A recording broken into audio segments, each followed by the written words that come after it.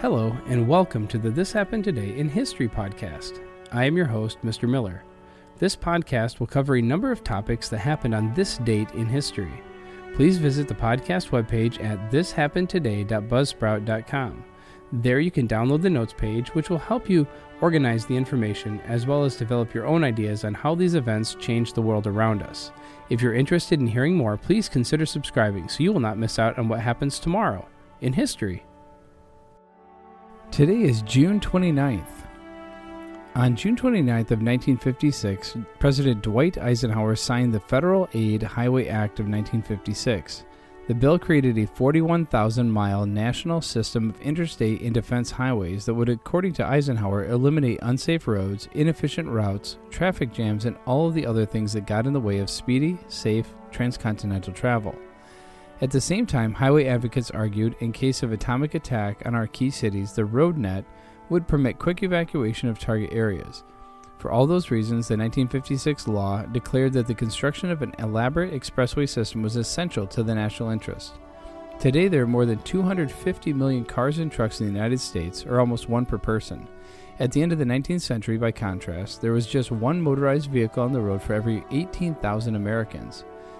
At the same time, most of these roads were made not of asphalt or concrete, but of packed dirt on good days or mud. Under these conditions, driving a motor car was not simply a way to get from one place to another, it was an adventure. Outside cities and towns, there were almost no gas stations or even street signs, and rest stops were unheard of. Automobiling, said the Brooklyn Eagle newspaper in 1910, was the last call of the wild. That was about to change. In 1908, Henry Ford introduced the Model T, a dependable, affordable car that soon found its way into many American garages. By 1927, the year that Ford stopped making this Tin Lizzie, the company had sold nearly 15 million of them. At the same time, Ford's competitors had followed its lead and begun building cars for everyday people. Automobiling was no longer an adventure or a luxury, it was a necessity. A nation of drivers needed good roads, but building good roads was expensive, and who would pay the bill? In most cities and towns, mass transit, streetcars, subways, elevated trains was not truly public transportation. Instead, it was usually built and operated by private companies that made enormous infrastructural investments in exchange for long-term profits. However, automobile interests such as car companies, tire manufacturers, gas station owners, and suburban developers hoped to convince state and local governments that roads were a public concern. That way, they could get the infrastructure they needed without spending any of their own money.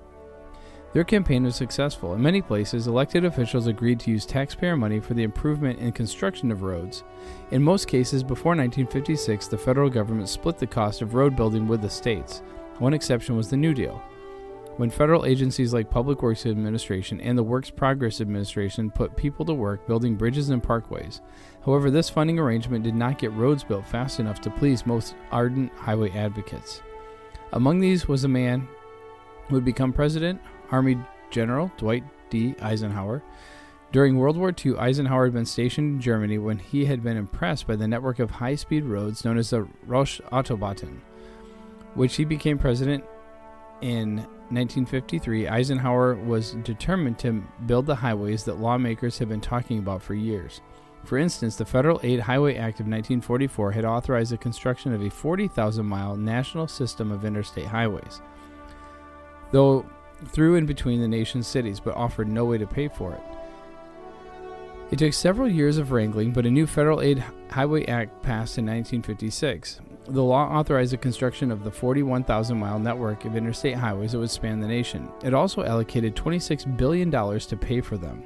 Under the terms of the law, the federal government would pay 90% of the cost of the expressway construction. The money came from an increased gasoline tax, now 3 cents per gallon instead of 2, that went into non-divertible highway trust fund.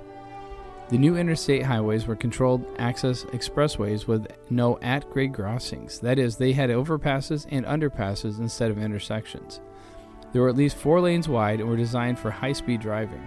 They were intended to serve several purposes: eliminate traffic congestion, replace what one highway advocate called undesirable slum areas with pristine ribbons of concrete, make coast-to-coast transportation more efficient, and make it easier to get out of big cities in the case of an atomic attack. When the Interstate Highway Act was first passed, most Americans supported it. Soon, however, The unpleasant consequences of all that road building began to show. Most unpleasant of all was the damage the roads were inflicting on the city neighborhoods in their path. They displaced people from their homes, sliced communities in half, and led to abandonment and decay in city after city. People began to fight back. The first victory in the anti-road forces took place in San Francisco, where in 1959, the Board of Supervisors stopped the construction of the double-decker Embarcadero Freeway along the waterfront. During the 1960s, activists in New York City, Baltimore, Washington, D.C., New Orleans, and other cities managed to prevent road builders from eviscerating their neighborhoods. As a result, numerous urban interstates end abruptly. Activists called these roads the roads to nowhere.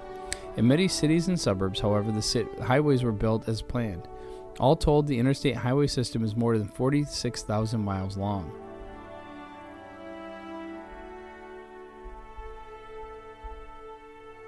And then in 1995, the Space Shuttle Atlantis was making history. During the 100th flight of American astronauts, it was about to dock with a Mir Russian space station. Atlantis.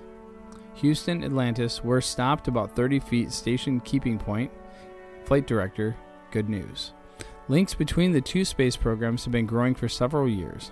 Another shuttle had flown around Mir earlier in 1995, and the astronaut Norm Thagard had launched to Mir aboard a Russian capsule.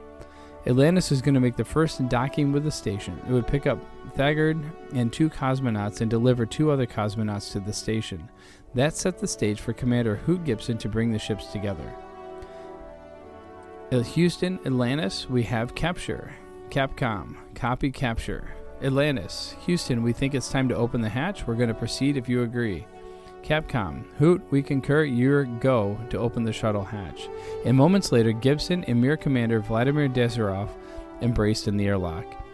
Atlantis spent 5 days docked to the station. The 2 crews conducted a set of medical tests in a laboratory aboard the shuttle. In all, shuttles visited Mir 10 times before the station was plunged to Earth in 2001, and 6 more astronauts lived there. They conducted experiments and gained experience at living in space for months at a time, and they survived a fire and a collision with a supply ship, making history on a Russian space station.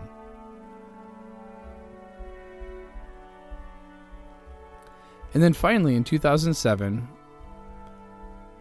Steve Jobs, and perhaps his most iconic Apple keynote, introduced the original Apple iPhone. An iPod, a phone, and an internet communicator. An iPod, and a phone. Are you getting it? It was January 9th, 2007. Night at the Museum was number 1 in theaters. Nokia was the big name in phones. President Gerald Ford had been buried days earlier. And in a wild card playoff game, the Indianapolis Colts had just defeated Kansas City Chiefs before going on to win the Super Bowl. iPhone is a revolutionary and magical product that is literally 5 years ahead of any other mobile phone, Jobs said during his keynote speech. The iPhone wasn't actually magical. There were even behind-the-scenes efforts required to keep the phone from crashing while Jobs demonstrated it during the keynote. But 15 years later, it would be hard to argue the iPhone wasn't revolutionary. Whether you're a loyal iPhone owner or never owned one, the impact of the iPhone has made our lives indisputable. To celebrate the 15th anniversary, years ago, of the iPhone's unveiling, here are 15 facts about the iPhone and Apple. In 2007, Apple's market capitalization, the total value of all shares of Apple stock, was $174.03 billion. In January of 2022, it hit $3 trillion, the highest market capitalization for any company ever. The original iPhone came with a silver-brushed aluminum finish. The current iPhone 13 has aluminum frame, glass front and back, and comes in 5 colors. The iPhone 13 Pro is available in 3 finishes. The original iPhone cost $499 and came with 4 gigabytes of storage. For $100 more, you could get one with 8 gigabytes of storage. The iPhone 13 Pro Max costs $1,099 for 256 gigabytes of storage and tops out at 1 terabyte of storage for $1,599. The following companies did not exist in 2007: Instagram, Uber, TikTok, Twitch, Snap, Lyft, DoorDash, Tinder, Slack, Lime, Postmates, Venmo, and Pinterest. The original iPhone had a single camera and it was located on the back. The iPhone 13 Pro has 4 cameras, 3 on the back and 1 on the front. You could not copy and paste with the original iPhone. In fact, copy and paste wasn't added until 2009 in the release of iPhone OS 3. The original iPhone had 15 apps: Calendar, Camera, Clock, Contacts, iPod, Maps, kind of like Google Maps, Messages, Notes, Phone, Photos, Safari, Stocks, Voice Memos, Weather, and Settings. There have been 33 iPhone models, and Apple currently sells 8. Number 9, you couldn't record videos with the original iPhone. Now the iPhone 13 Pro can record 4K 60 FPS video and can even record in ProRes at 4K 30 FPS. Number 10, the following movies were filmed with an iPhone: Unsane, Tangerine, Detour, High Flying Bird, Snow Steam Iron, and Lady Gaga's Stupid Love, which is technically a music video. Number 11, the original iPhone didn't support MMS for sending things like photos and videos via text message.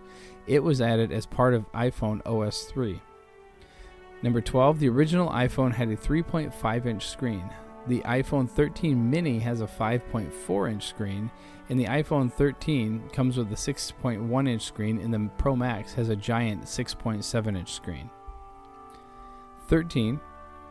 FaceTime was released in 2010 and iMessage in 2011.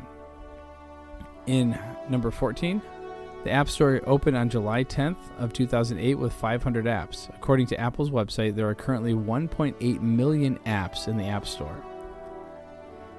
Number 15, on September 10th, 2007, 74 days after the launch of the original iPhone, Apple sold its millionth iPhone. In 2018, Apple sold 216.7 million iPhones, which is roughly a million iPhones sold every 1.5 days. Apple stopped sharing the number of iPhones sold after 2018. You have been listening to the This Happened Today in History podcast. I thank you for listening, and I hope that you have enjoyed learning about historical events from the past. Thank you to the following websites for their information regarding today's topics: thepeoplehistory.com, the Federal Aid Highway Act at history.com, the Shuttle Atlantis docks with Russian mirror at stardate.org, and Apple iPhone released at cnet.com. The music used as the background track for this podcast is Americana, created by Kevin MacLeod on Incompetech.com. If you enjoyed this information and would like to hear more, please consider subscribing, as this will keep the historical events in your feed in the morning for each day. I hope you have a great day.